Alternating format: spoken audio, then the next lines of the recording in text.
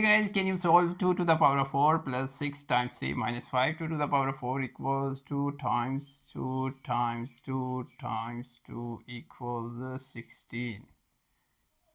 So 16 plus 6 times 3 minus 5. Now 16 plus 6 equals 22 times 3 minus 5. Now 22 times 3 equals 66 minus 5, and 66 minus 5 equals 61. This gives us 61, but this is wrong. Why it is wrong? Multiplication and division must be done before addition. Now let's solve it correctly. Step 1, exponent, right? Solve again. 2 to the power of 4 equals 16 plus 6 times 3 minus 5. Now multiply first.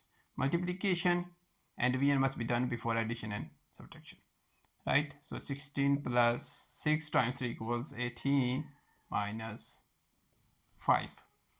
Now addition and subtraction from left to right. So 16 plus 18 equals 34 minus 5.